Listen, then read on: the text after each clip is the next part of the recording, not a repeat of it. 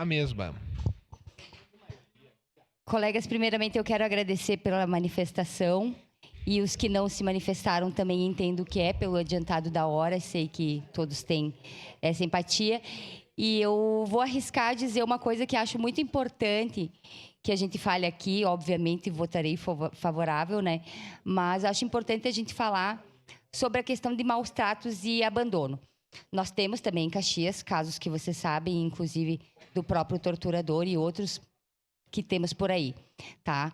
Mas o que eu faço de elogio para Caxias do Sul, e isso digo num todo como sociedade, e em relação à transparência do Ministério Público e também da Polícia Civil, se esse caso do Orelha tivesse acontecido aqui em Caxias, pelas ONGs e os protetores independentes, em 3 dias ele estaria resolvido.